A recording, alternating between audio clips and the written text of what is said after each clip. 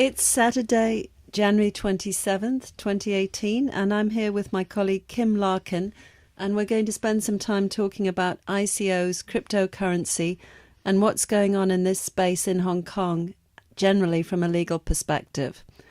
Kim, in terms of ICOs, what kind of interest levels are you seeing in Hong Kong at the moment? Well, over the last kind of year or so, this has really picked up. There have been quite a number of ICOs in Hong Kong, and as the regulatory framework's pretty favourable here, we're seeing more and more of these inquiries, particularly as other jurisdictions in the area like China, Korea, even Singapore are beginning to tighten up on their regulation. So tell me a bit more about Hong Kong regulation. Can we start with cryptocurrency perhaps before we actually talk about the more complicated area of ICOs? What's the situation in Hong Kong regarding cryptocurrency regulation? Well, basically, cryptocurrencies, if we're talking about something as a means of payment, essentially like Bitcoin, some of the other kind of cryptos in that space like Ethereum and Ripple, these are still like really means of payment. And these are kind of unregulated at the moment. The authorities have said they do not regard any of these cryptocurrencies as a legal means of payment. They're not regarded as money. And so potentially they are unregulated. So why do you think the Hong Kong authorities are taking this line to absolutely sidestep regulating cryptocurrency? I would say that it's because it's not really a significant danger, or not perceived to be one, at the levels of activity that have been seen in the past. Of course, that could change, but certainly they don't seem to be worried about it at all at the moment. Yes, that's interesting, isn't it, when you consider how regulated Hong Kong is in other areas.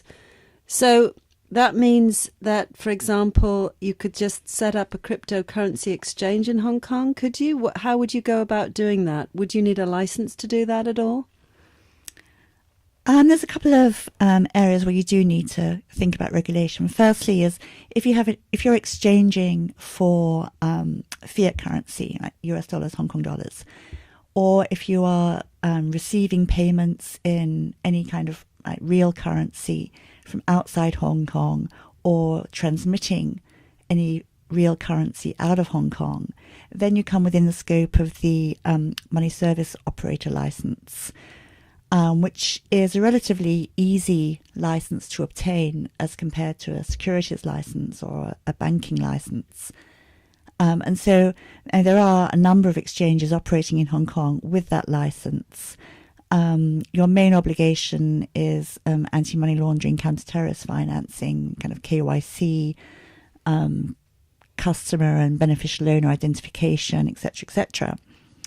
But apart from that, it seems that there isn't really an awful lot of, or there's no regulation covering it apart from in those two areas, subject to none of the currencies that you're trading being a security, which is where you fall into ICO territory. Right, so let's move on to ICOs. What's happening with ICOs in Hong Kong?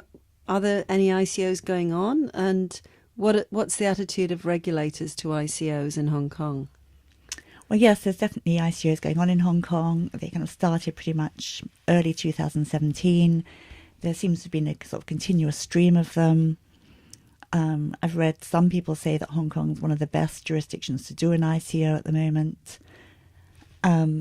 As to what the regulators are saying about it is that they did issue a statement last September warning that if a coin has certain characteristics, then it could fall within the securities regulation.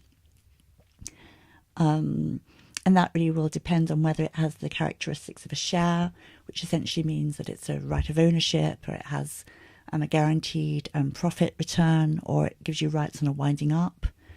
Or probably more likely, it could fall within a collective investment scheme, which is kind of the pooling of money to invest in certain projects, with then a return or the share of the profits then being distributed back to the coin holders.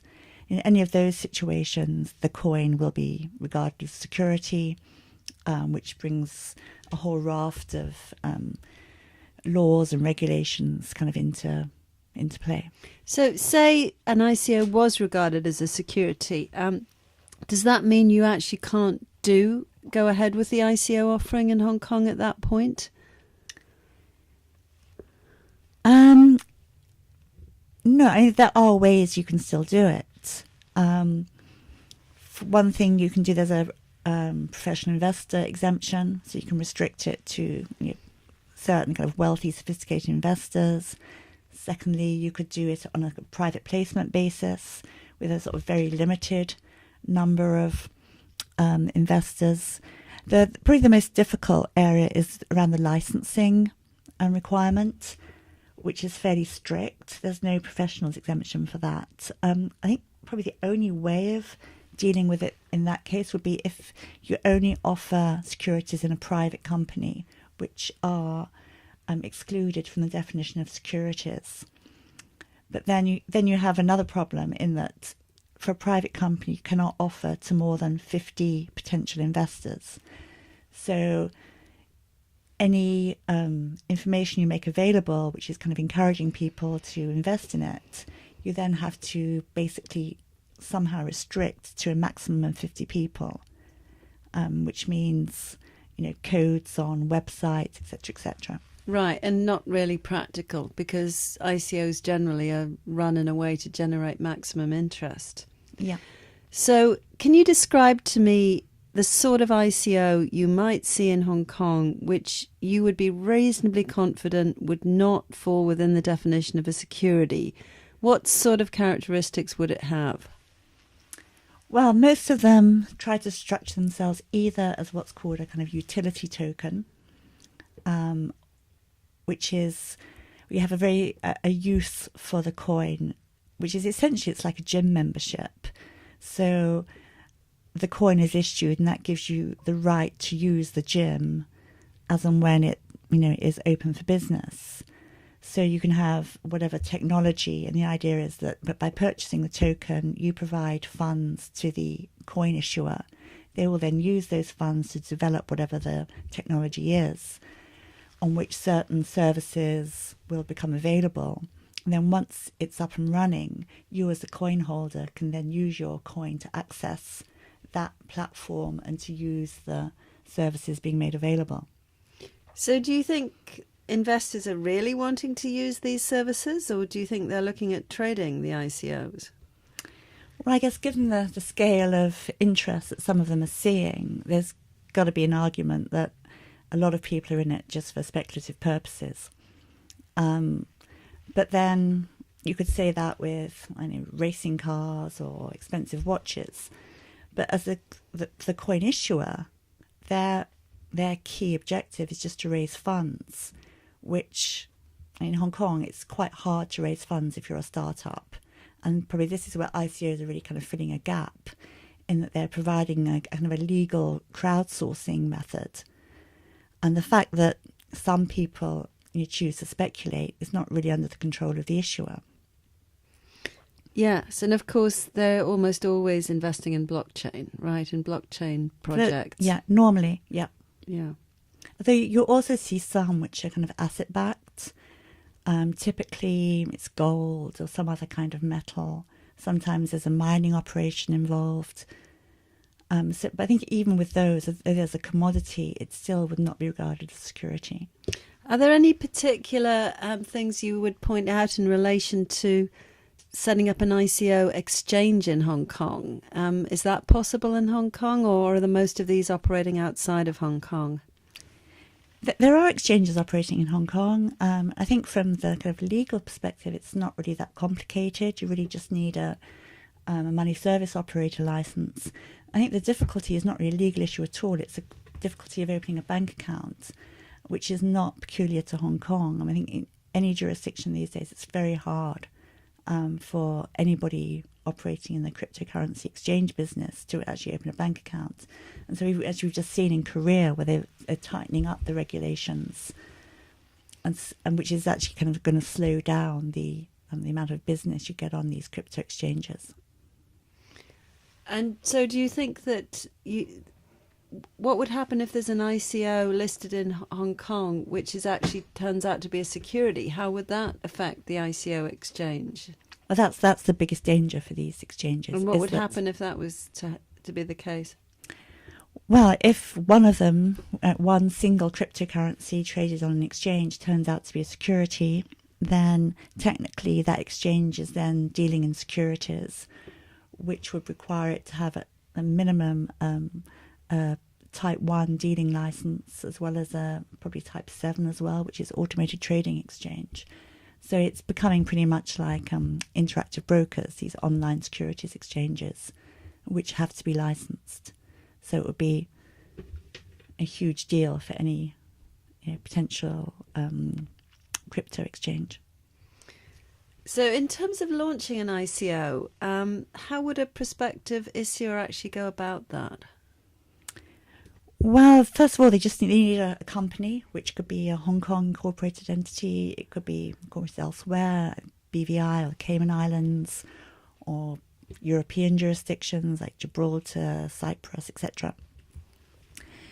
Then the most important thing, obviously, is the blockchain. I mean, there are only, I would say, certain projects which are actually suitable for an ICO, because not everything kind of gears itself to being offered through a coin on a blockchain. And so the technology is really the key issue, and what the problem is that the technology is intending to solve. There are a number of blockchains out there that people are using, including Ethereum and Wave. And then so you either have to have your own blockchain, or you have to approach a blockchain which is already providing a service for ICO issuers, and there are a number of those.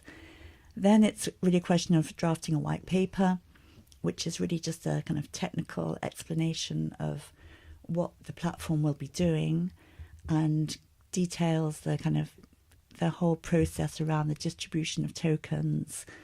Most of them will give early adopters like a reduced price, and then a number of months later there'll be a public offer. That's not really subject to any real legal requirements, apart from the obvious that it has to be accurate, otherwise you're misrepresenting what you're doing. And then that's about it, really. You just need a blockchain and a white paper and then a website. And you collect the money. And you collect the money and become rich. So what do you see as the key difficulties for ICO issuers? Because what you've just described sounds quite easy, actually. I think it probably sounds easier than it is in practice. I mean, I don't really know much about the actual technical side and the developing the technology, which I guess is where the real brains are required. But there must be a considerable amount of time which will be spent developing that, whatever the project is, and getting the ideas together, getting maybe some early investors ready to come in. Right, so it's sort of getting over that initial hurdle, really. Yeah. And what do you think the regulatory outlook and future is for ICOs and cryptocurrency in Hong Kong? I think we need to kind of distinguish between kind of cryptos in terms of Bitcoin, and then cryptos in terms of ICOs, which, as I've just said, is really a kind of legal crowdfunding method. I think there's a lot of concerns around particularly Bitcoin and other cryptocurrencies, more from the aspect of money laundering, counter-terrorist financing. I think that's where maybe if Hong Kong does introduce any regulation, I mean, any financial institution like bank or a SFC licensed entity is already obliged to comply with all the anti-money laundering requirements. So are money service operators. And then, there are various ordinances, so under counter-terrorist financing, drug trafficking, etc., which require the reporting of any suspicious transactions. But I think we may see more regulation in that space, so that I'm not quite sure who else would need to be regulated. I see that Singapore is talking about licensing people to deal in cryptocurrencies. So the kind of crypto exchanges, which currently have an MLO license, so MSO license, although they're already subject to anti-money laundering obligations, which technically would still apply. They may actually tighten up the regulations there. But I think in terms of ICOs themselves, there won't actually be any real regulatory developments. Well, great. So we can look forward to a lot more ICOs in Hong Kong. Well, that's really interesting. Thank you so much, Kim.